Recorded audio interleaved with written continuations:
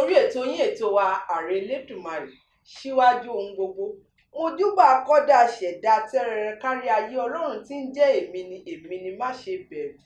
Ògbénú wúndí aṣọlá, ògbénú adélébọ̀ ṣògo, ọ̀rọ̀ gbénú ọmọ ènìyàn fọhùn bí agogo, alápá kábíkábí. Èmi náà ni olólùfẹ́ yín, aya yín, ọ̀rẹ́ yín, Ọlámídé aya Ọlásànlóyè, ọmọ wọn nílùú Ìrè, ọmọ ajílù bí òkun, alùgbùlùgbù ọ̀sà. Ọ̀sà bá ṣe bí òkun ò lọ yẹ́nu, ajílù bàbá rẹ̀. Ní ọjọ́ tí òní, àlejò pàtàkì kan ni mo mú wá sórí ètò tí wọ́n fẹ́ wá sọ̀rọ̀ nípa ohun tí oge ṣíṣe jẹ́. Wọ́n á sọ bí a ṣe lè wọ aṣọ, bí a ṣe lè to gbogbo rẹ̀ papọ̀, bàtà tó yẹ kó a wọ̀ sí aṣọ kan àbí èyí tí ò yẹ kí a wọ̀. Wọ́n sọ̀rọ̀ nípa bí a ṣe lè ṣe ojú wa lóge, ohun tó yẹ ká tọ́ sí ètè àti gbogbo rẹ̀ bẹ́ẹ̀ bẹ́ẹ̀ lọ. Ẹ káàbọ̀ sórí ètò Ààrẹ Elédùmarè. Mo fẹ́ jẹ́ kẹ́ ẹ sọ orúkọ yín fún àwọn aráalé kí wọ́n ba lè mọ̀ yín. Orúkọ mi ni arábìnrin Yéwándé aya Bólúdé.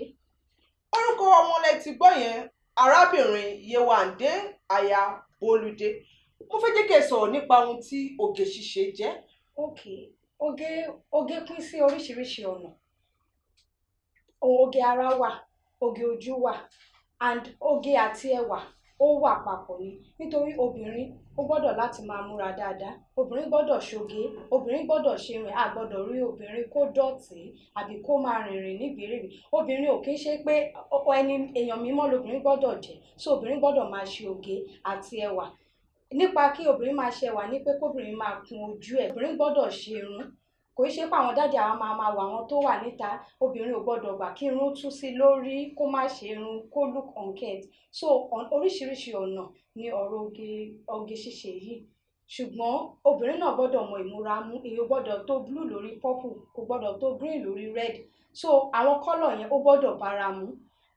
Oge ṣíṣe àti ẹwà ṣíṣe ó tẹ̀léra wọn ni, and ó dẹ̀ máa ń ṣiṣẹ́ hand to hand.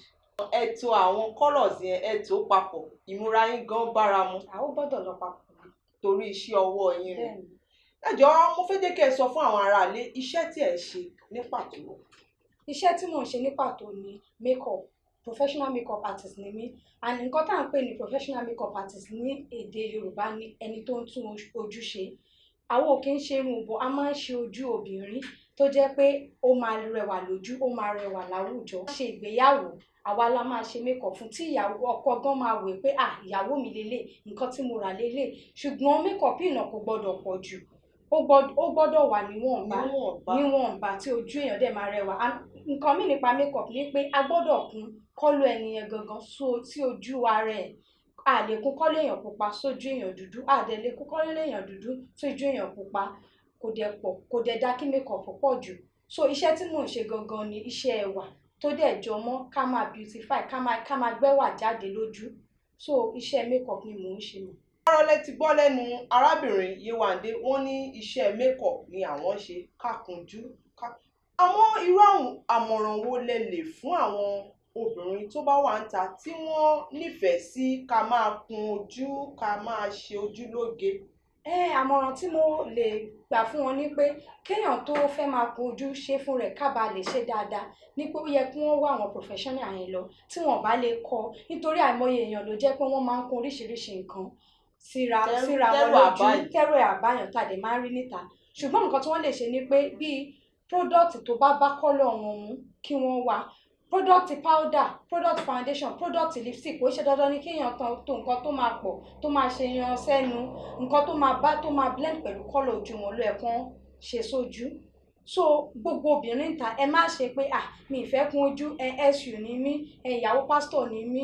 Ó yẹ kéèyàn ṣe níwọ̀ntúnwọ̀nsì, àkóbìnrin máa múra kó rẹwà lójú. Kò dìgbà tó jẹ́ pé obìnrin gbọ́dọ̀ ṣe irun ẹ̀, ó gbọ́dọ̀ neat up ní gbogbo ìgbà. So advice tí mo lè fún àwọn ọmọ mi wá tó wà nílé mi àtàwọn sítí tó wà níta náà.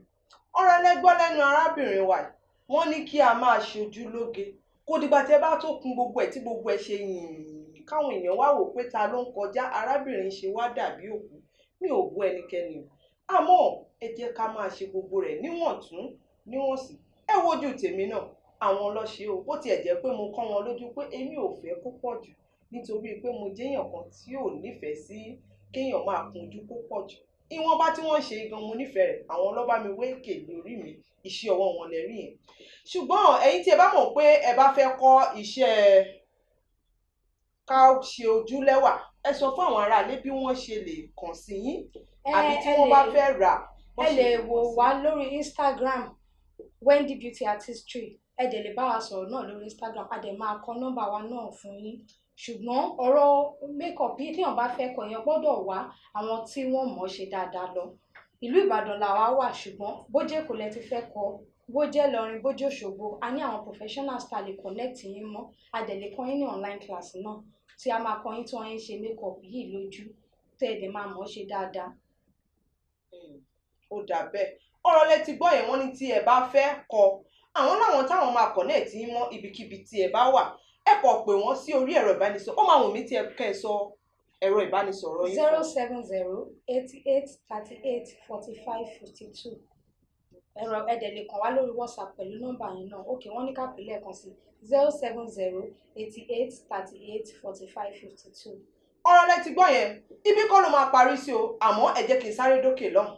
ó dé o gbogbo ẹ̀yin tí ẹ̀ ń kọ́ ilé yín lọ́wọ́ abẹ́yìn tí ẹ̀ ti kọ́ tán tí ẹ wá fẹ́ bò lórí yálà pẹ̀lú alumílíọ̀n ni tàbí Gerard ẹ wá ń wá ilé iṣẹ́ tí ẹ ti máa bá rà àyà yín sì ń já pé kẹ́ má lọ bọ́ sọ́wọ́ àwọn gbájú ẹ̀ ẹ lè kàn sí ilé iṣẹ́ SA Stivlum Aluminium tí wọ́n jẹ́ olùrànlọ́wọ́ Zion Global Industry Nigeria Limited tí wọ́n wà ní òpópónà 138 Abẹ́òkúta Express Road Arárọ̀mí bus stop beside Veta Hospital Ìyànà Ìpájà Lagos tẹ́ bá tún wá ń wá àwọn tí wọ́n máa bá yín kàn tó jẹ́ wípé ilé yìí ò ní fún yín ní ìṣòro ní ọjọ́ iwájú yálà kó máa jò ní àbí kó sọ pé ó ti ṣá rárá o Mr Stephen àwọn tí wọ́n ń ṣiṣẹ́ wọn lójú méjèèjì ni tí iṣẹ́ wọn tó sì dá wa lójú gidigidi ẹ lè kàn sí Mr Stephen lórí ẹ̀rọ ìbánisọ̀rọ̀ yìí 08038369147 tàbí 08087246414 lẹ́ẹ̀kan sí 08038369147 tàbí 08087246414. àtúndé o Christoph Star Kiddie School ló mà tún ní kí a tún pè yín wípé gbogbo ẹ̀yin tí ẹ̀ ń gbé ní agbègbè Fágbà Púpọ̀ṣọ́lá Abúlẹ̀gbá Ọjọ́ba Pipeline wípé kí ẹ tara ṣàṣà kí ẹ mú ọmọ yín wá sí ilé ẹ̀kọ́ tí ó yanrantí èyí tí owó wọn kò gani lára tó dẹ̀ jẹ́ wípé wọ́n dẹ̀ ń kọ́ ọmọ dáradára a wà ní òpópónà Fágbà ní ìdojúkọ Maso Hospital ẹ tètè mú àwọn ọmọ yín wá ilé ẹ̀kọ́ wa kì í ṣe ilé ẹ̀kọ́ tí ò tiẹ̀ ní oríkì rárá ṣùgbọ́n ilé ẹ̀kọ́ tó jẹ́ wípé tí ẹ bá mú ọmọ débẹ̀ inú yín á dùn ara yín á yá gágágágá tẹ́ ẹ bá rí agbègbè wa gan ẹ máa rí i pé agbègbè tí èèyàn lè fi yan gan ni ẹ tètè tara ṣàṣà kí ẹ mọ́mọ́ yín wá sí Christoph Star Kiddie School à ń retí yín o ẹ wá kí ẹ wá gbádùn wa ẹ wá kí ẹ wá wo bí àyíká wa ṣe rí kí ẹ sì mú ọmọ yín dání tí ẹ bá rá ládùúgbò èyí tí ó ń wá ọmọ ibi tí wọ́n máa mú ọmọ wọn lọ tí wọ́n ń wá ilé ẹ̀kọ́ tí ó dára mo ní ẹ tètè tara ṣàṣà kí ẹ mọ́mọ́ yín wá sí Christoph Star Kiddie School ẹ ṣeun àdúpẹ́ a ó máa retí yín ẹ kàn sí wa lórí àwọn ẹ̀rọ ìbánisọ̀rọ̀ yìí 08037143775 tàbí 08033010541 lẹ́ẹ̀kan sí 08037143775 tàbí 08033010541 ẹ lè tún kàn sí wa ní orí ẹ̀rọ ayélujára christophaccad@gmail.com lẹ́ẹ̀kan sí christophaccad@gmail.com ẹ ṣeun mo dúpẹ́. ẹ káàbọ̀ ẹ̀yin aráalé ẹ̀yin màmá wa arábìnrin Yéwándé ẹ jọ̀ọ́ mo fẹ́ jẹ́ kí ẹ fi gbogbo ohun tí ẹ máa ń lò láti fi ṣe ojú lóge mo fẹ́ jẹ́ kí ẹ fi ran àwọn aráalé kí wọ́n ba lè rí àti pé gbogbo àwọn èyí tẹ́ ẹ ní ẹ̀yin fúnra yín lẹ̀ ṣe mo fẹ́ kí ẹ fi hàn wọ́n a lè rí ẹni tí ó bá fẹ́ rà lọ́wọ́ yín yálà lẹ́kọ̀ọ́ ni tàbí nìbàdàn tàbí ibikíbi tí wọ́n bá wà tẹ́ bá fi hàn wọ́n á lè kàn sí lórí ẹ̀rọ ìbánisọ̀rọ̀ yín. ó yá ẹ jẹ́ ká lọ. ẹ̀yin aráalé eléyìí ni à ń pè ní brush set òun la fi máa ń ṣe makeup ó ní without brush set yìí kò sí tí èèyàn ṣe fẹ́ lè ṣe makeup iléeṣẹ́ wa náà ló ń ṣe and 24 pieces brush set lélẹ̀ gbogbo nǹkan téèyàn máa lò fi ṣe makeup ló wà nínú àwọn eyeshadow brush powder brush àwọn eyeshadow brushes lélẹ̀ powder brush foundation brush àwọn eyeshadow brushes fine brush gbogbo ẹ̀ ló wà nínú sẹ́ẹ̀tì yìí. Then àwọn lipstick yìí náà iléeṣẹ́ wa ló ń ṣe nude lélẹ̀ neutral. Ẹni tí ò bá fẹ́ kí makeup pọ̀ létí ẹ̀ òun lẹ èèyàn máa lò sẹ́nu. Oríṣiríṣi colour la ní but ó ní díẹ̀ la kó síta kẹ́ẹ̀lì rí yìí. Àwọn foundation náà lélẹ̀ yìí tí èèyàn máa kọ́kọ́ kún sójú. Foundation ni bí first step tí èèyàn bá fẹ́ kọ́lé gan náà foundation lé ní ọmọ àkọ́kọ́ ṣe. So foundation ni first basic step makeup náà. So àwọn powder náà lélẹ̀ èèyàn gbọ́dọ̀ lo powder tó bá kọ́lé ẹ̀rù. Tẹ́ bá wọlé báyìí ká powder èèyàn pupa ni. So powder yìí náà ọ̀tọ̀ọ̀tọ̀ ni ó ń ṣiṣẹ́ fún tèèyàn dúdú wà tèèyàn pupa. Tèèyàn pupa ò dẹ̀ gbọ́dọ̀ lo tèèyàn dúdú ló dẹ̀ kò dẹ̀ lè lo ti èèyàn pupa. So eyeshadow náà lélẹ̀ yìí òun ni wọ́n máa ń fi sí ibi ojú eyeshadow. So òun ni wọ́n máa kùn sójú tójú máa jáde dáadáa. So àwọn brush set yìí náà a máa ń lò tá a bá ń ṣe makeup lọ́wọ́. White náà a gbọ́dọ̀ yọ gbogbo ìdẹ̀tí tó bá wà ní ojú ká tó bẹ̀rẹ̀ makeup. So ara àwọn brush set àwọn box lélẹ̀ ara àwọn nǹkan tá a fi máa ń ṣe makeup ló wà nínú ibi yìí náà. Tí èèyàn bá fẹ́ ṣe makeup àbí tí èèyàn bá fẹ́ kọ́ṣẹ́ èèyàn nídìí àwọn nǹkan báyìí. Oríṣiríṣi foundation ló wà ńbẹ̀ oríṣiríṣi face primer lélẹ̀ kí èèyàn tó ṣe makeup mascara lélẹ̀ oríṣiríṣi nǹkan ló wà ńbẹ̀ tá a máa lò.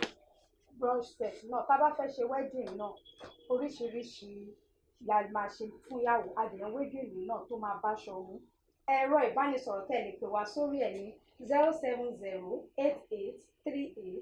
07088384552 07088384552. Aago ìbánisọ̀rọ̀ kejì ní 08053317392 08053317392. So àwọn brush set yẹn ara àwọn nǹkan tẹ́ ẹ máa bá nínú ẹ̀ lélẹ̀ eléyìí àti àwọn kọ̀ọ̀kan bí but 24 pieces ní powder brush lélẹ̀ ó wà fluffy texture ẹ̀ dẹ̀ dá kò í ṣe nǹkan tó máa yín lára àbí nǹkan ó soft. Àwọn blending brush àwọn eyeshadow yẹn lélẹ̀ àwọn blending brush yẹn àwọn lélẹ̀ àwọn eyeshadow brush lélẹ̀. Oríṣiríṣi makeup product la ní gbogbo nǹkan tẹ́ ẹ bá nídìí náà à ń tà wọ́n. Powder wa lélẹ̀ ẹ wò powder wa ni. So oríṣiríṣi colour la ní powder wa ni. So gbogbo obìnrin ló nílò láti máa lo powder. So oríṣiríṣi colour tèèyàn dúdú wà tèèyàn pupa wà. Ẹ̀yin dáàdì wa ẹ lè rà fáwọn ìyàwó yín ẹ lè rà fáwọn ọmọ yín ibi náà la wà a máa retí yín kẹ́ wá bá wa rajà ẹ ṣé o. Ẹ̀yin ará ilé gbogbo ohun tí arábìnrin wa ń tà ni wọ́n ti fi hàn yín yẹn powder brush foundation wọ́n ní téèyàn bá fẹ́ kọ́lé gan ó gbọ́dọ̀ ní foundation dájúdájú tí ẹ bá fẹ́ kun ojú yín gbọ́dọ̀ ní foundation gbọ́dọ̀ kọ́kọ́ kun foundation kó tó lè pẹ́ kun powder lé lórí ohun láti fi hàn yín yẹn gbogbo ẹ̀yin tí ẹ bá fẹ́ bá wọn rà á ẹ jọ̀wọ́ ẹ kàn sí orí ẹ̀rọ ìbánisọ̀rọ̀ wọn ẹ̀yin tí ẹ bá dẹ̀ mọ̀ pé ẹ fẹ́ jẹ́ alágbàtà fún wọn ẹ lè pè wọ́n mo mọ̀ dájú wípé wọ́n ní lọ́pọ̀lọpọ̀ tí wọ́n lè tà fún yín láti lè máa bá wọn náà tún tà ṣé ti gbẹ̀yìn ara lé ẹ ṣeun màmá wa ẹ ṣeun adúpẹ́ lọ́pọ̀lọpọ̀ láti iléeṣẹ́ SA Stevlon Aluminium wọ́n ní kí a fún yín ní ẹ̀bùn kékeré pé ẹ ṣeun tí ẹ fi jókòó yẹ wá. ẹ ṣé gan ni o iléeṣẹ́ Stevlon Aluminium iléeṣẹ́ yín ò ní jóná owó yín á máa ròkè o ẹ ṣé o ẹ̀yin TV anchor náà tẹ wá gbà wá lálejò ẹ ṣé gan ni o iléeṣẹ́ yín ò ní jóná ẹ máa ròkè sí i. àmín àmín ọ̀rọ̀ lẹ ti gbọ́ lẹ́nu màmá wa arábìnrin Yewande gbogbo ẹ̀yin ará ilé mo dúpẹ́ lọ́wọ́ yín lọ́pọ̀lọpọ̀ gbogbo ẹ̀yin tí ẹ farabalẹ̀ títí tí ètò yìí fi wá sí ìparí dúpẹ́ lọ́wọ́ ọkọ mi olólùfẹ́ mi mo dúpẹ́ lọ́wọ́ àwọn òbí mi tí wọ́n tì mí lẹ́yìn tí wọn ò tì mí lójú mo dúpẹ́ lọ́wọ́ gbogbo ẹ̀yin ọ̀rẹ́ pátápátá tí ẹ dúró tì mí àtàwọn àbúrò mi torí pé wọn ò fìgbà kankan já mi kulẹ̀ ẹ ṣeun lọ́pọ̀lọpọ̀ mo dúpẹ́ lọ́wọ́ iléeṣẹ́ SA Stevlon Aluminium tí wọ́n fi ẹ̀bùn kékeré ránṣẹ́ sí wa pé ká máa fún gbogbo àwọn àlejò tí a bá lọ bá ẹ ṣeun iléeṣẹ́ yín ò ní jóná gbogbo ẹ̀yin tí ẹ bá fẹ́ kan ilé yín yálà pẹ̀lú aluminium ni tàbí gerard ẹ lẹ́ẹ̀kan sí iléeṣẹ́ SA Stevlum Aluminium tí ó wà ní òpópónà 138 Abẹ́òkúta Express Road ní Arárọ̀mí bus stop ní ẹ̀gbẹ́ Veta Hospital. Ẹ lè pè wọ́n lórí ẹ̀rọ ìbánisọ̀rọ̀ yìí 08038369147 lẹ́ẹ̀kan sí 08038369147. Ẹ ṣeun, a ó tún ríra ní ọ̀sẹ̀ tó ń bọ̀ ní ọjọ́ Àlàmísì láago 7 sí aago 8. Ẹ jọ̀wọ́ ẹ má gbàgbé. Ẹ ṣeun lọ́pọ̀lọpọ̀, a dúpẹ́ lọ́wọ́ yín. Àwa la ó máa wá, ẹ̀yin la ó máa bá. Ojú tẹ́ fi ń wò wá ò ní fọ́, etí tẹ́ fi ń gbọ́ wa kò ní dí. Ó dìgbà kan náà, ó dàbọ̀.